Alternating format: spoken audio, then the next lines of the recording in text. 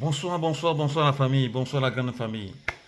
Vraiment, je suis stupéfait, je suis ému et vraiment touché par les mots du jeune président Ibrahim Traoré, le nouvel homme fort du Burkina Faso, le petit Sankara.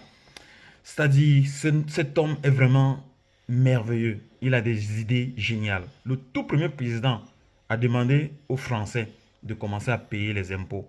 Que la France, que les sociétés françaises puissent payer les impôts au Burkina Faso. Oui, il nous a fait comprendre que la France ne payait pas, les sociétés françaises ne payaient pas les, les impôts au Burkina Faso. Ouattara l'a dit lui-même. Ouattara, puisqu'il a été sanctionné par ses maîtres français qui disaient qu'ils vont adopter une autre politique, hein, une autre politique en Afrique. Raison pour laquelle, comme les gens ont trop crié, bon voilà, Ouattara, la France a demandé à Ouattara de ne plus se présenter. C'est une parenthèse. Raison pour laquelle Ouattara fait une sortie en disant que la France, ce n'est pas bien, elle doit payer, les sociétés françaises, elles doivent payer les impôts en Afrique. Vous comprenez que toutes les sociétés françaises en Afrique ne payent pas d'impôts. Ça veut dire que moi, je suis travailleur ici en Europe. Au lieu de payer mes impôts en Europe, je dois payer ça en Afrique. Vous voyez que c'est de la tromperie. Et ça, c'est toujours le système français. Voilà. Donc, c'est cette politique de tromperie, de moquerie, d'escroquerie que la France a toujours amenée en Afrique. Et maintenant, lorsque les hommes, les vrais hommes, disaient non à cette politique, ça crie sur tous les toits. Chassés comme des malpropres au Burkina Faso, le président du Burkina dit dorénavant, il n'y aura plus d'importation. Il a pris un exemple, que ces commerçants, ces importateurs qui étaient habitués à importer le riz de l'extérieur, le riz pour le Burkina Faso, ne doivent plus, ça ne se fera plus. Ils seront dorénavant des cultivateurs. Donc ils vont cultiver le riz là sur place.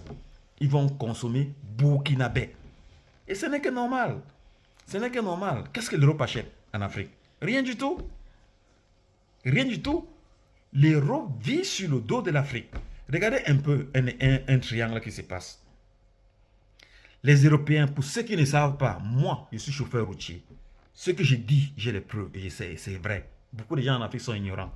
Vous allez voir en Afrique, les gens vont vous dire que non, ils veulent un téléviseur qui sort de l'Europe. Ils veulent un téléviseur qui sort un téléphone qui sort de l'Europe. Ils veulent la tennis qui sort de l'Europe, Nike. Mais l'Europe ne fabrique rien. Mais montrez-moi, si vous avez un de vos frères qui vous dit que je travaille dans une société qui confectionne les habits, parce que vous enviez toujours les habits de l'Europe, demandez à vos frères s'il y a un seul parmi eux qui travaille dans une société là où on confectionne, une usine, là où on confectionne les habits. Il n'y en a pas. Là où on confectionne les chaussures, il n'y en a pas. Là où on confectionne les téléphones, il n'y en a pas. Là où on confectionne les télés, il n'y en a pas. Les télés, ça sort de l'Asie. Ça vient en Europe. Et puis maintenant, les Européens achètent en Asie, ça revient en Europe et ça rentre en Afrique. C'est ça que j'appelle commerce triangulaire. Oui, c'est-à-dire les Européens passent la commande en Asie et puis maintenant on met la communauté CE, communauté européenne. Et maintenant, ça rentre en Afrique, on va dire non, ça sort de l'Allemagne, ça sort de la France, c'est fabriqué. Monsieur, il n'y a aucune société en France qui fabrique un téléviseur, il n'y en a pas. Aucune société en France ne fabrique, que ce soit en France, que ce soit en Allemagne, il n'y a pas de société qui fabrique. Ils montent. Oui, toutes les sociétés en Allemagne montent. Ça veut dire que ça vient en pied détaché et puis maintenant ils montent. Et puis maintenant, il y a certains trucs qui sont fabriqués. C'est comme par exemple, en Afrique, il y a quelqu'un qui me dit non, je veux vraiment les panneaux solaires qui sortent de l'Allemagne, les batteries solaires. Monsieur, les batteries solaires, panneaux solaires, ça sort de la Chine, ça sort de la Taïwan. Les Allemands ne fabriquent rien. Moi, je porte, je vois les factures, je vois là où ça sort.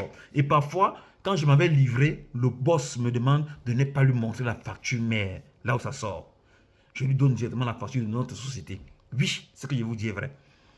Donc enlevez dans votre tête là que la BC sort de l'Europe, la chimie ça sort de l'Europe. Ça ne sort pas de l'Europe, ça sort de l'Asie. Les pantalons, les jeans, vous savez, ça sort les jeans, les chaussures, ça sort de la Turquie. La Turquie, ce sont eux qui fabriquent les jeans, les vêtements, tout ça dans la Turquie. Les appareils électroniques sortent de l'Asie. L'Europe ne fabrique rien du tout. Rien. Ce que l'Europe fabrique, je vous dis ce que l'Europe fabrique. L'Europe fabrique les armes. C'est pour eux. L'Europe fabrique les voitures. Voilà les deux choses que l'Europe fabrique. Tout le reste que vous connaissez là, l'Europe ne fabrique pas. Que ce soit la montre-ci, c'est fabriqué en Asie là-bas. Mais dites-moi un peu si vous avez, pas les mêmes demandes, dites-moi si vous avez, puisque les Africains, c'est nous les Africains, partout qui travaillons dans les sociétés, partout. Avant que je ne sois routier, j'ai travaillé beaucoup dans les entreprises. Donc ce qui fait que je vous dis ce qui est vrai. Il n'y en a pas.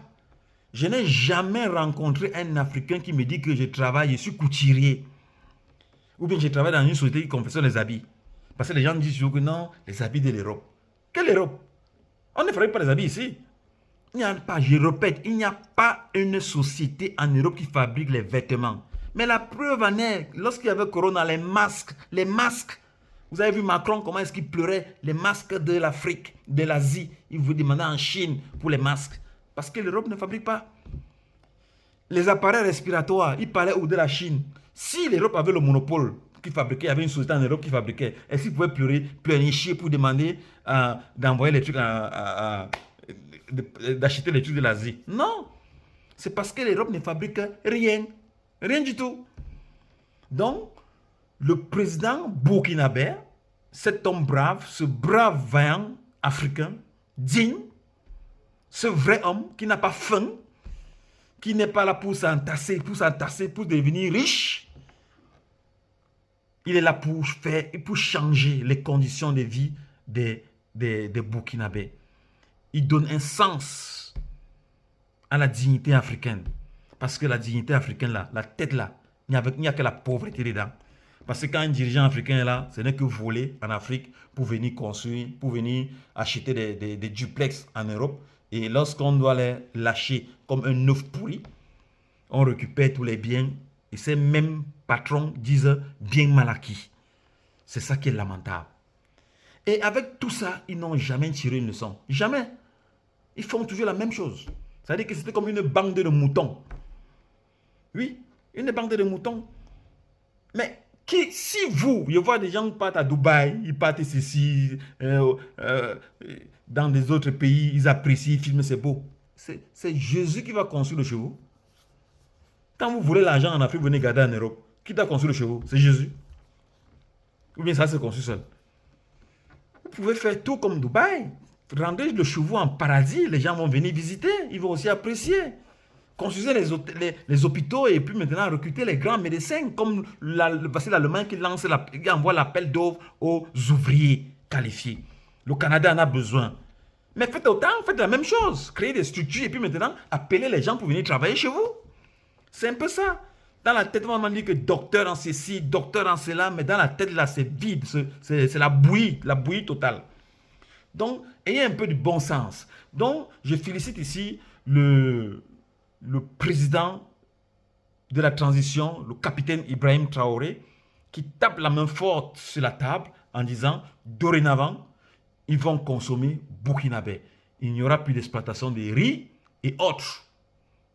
Donc, n'oubliez pas que déjà au Burkina Faso, on fabrique les téléphones, on fabrique les ordinateurs. Je ne parle pas de monter. Hein. Monter, ça veut dire que tu achètes les pièces. Les pièces, c'est-à-dire que les pièces, je vais énumérer. Par exemple, il y a des composants électroniques qu'on va acheter. Il y a des plaques électroniques avec les circuits. Les circuits. Donc, tout se fabrique sur place, là, au Burkina Faso. Donc, je vais vous laisser suivre un peu, déguster un peu l'idéologie d'un brave homme, l'idéologie d'un homme digne, l'idéologie d'un vrai président. Un président pour les Africains et non un président pour les Occidentaux. Je ne suis pas économiste de formation, mais de la fonction que nous occupons, on est obligé d'apprendre l'économie. Et je sais que l'économie ne pourra mieux se porter que lorsque nous produisons sur place et qu'on arrête l'importation. Je voudrais donc inviter ici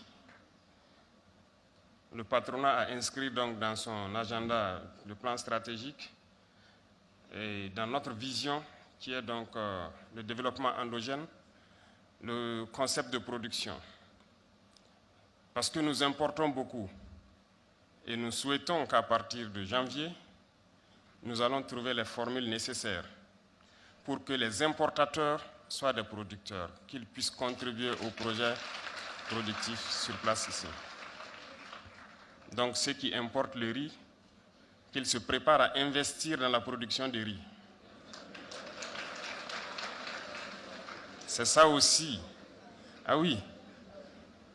Donc les gros importateurs de riz sont là.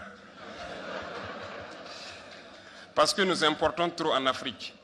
Nous importons trop, ce qui fait que nos richesses se retrouvent chaque fois dehors. Pendant que nous avons des terres, nous pouvons produire.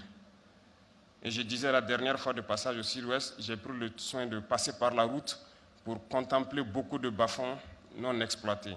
Et donc, je pense que selon les statistiques, en 2025, nous serons à 100 milliards d'importations de riz au Burkina. C'est inadmissible. Et je pense qu'en bon économiste, vous me direz que c'est improductif. Pendant que nous avons des milliers d'hectares de bas-fonds qu'on peut aménager. Donc, pour quelqu'un qui voudra désormais importer 10 milliards de riz, nous allons l'obliger à mettre 2 milliards dans un projet structurant où il va employer les jeunes. Et il en sera de même pour la plupart des produits de grande consommation, que sont l'huile, le lait et beaucoup d'autres choses, j'en passe. Et je souhaite que cela, nous puissions discuter donc urgemment pour trouver les voies et moyens qui nous permettront d'employer les jeunes et de les mettre dans cette voie pour que vous puissiez les accompagner.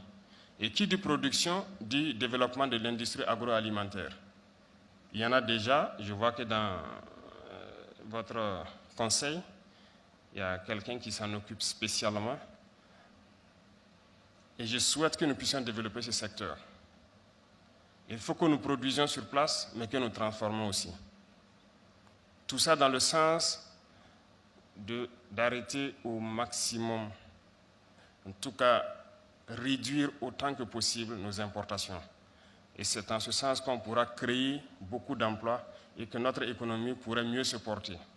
Donc je vous invite à inscrire cette donnée et qu'on puisse ensemble changer le visage du Burkina Faso sur ce volet économique. Notre vision, c'est ramener la paix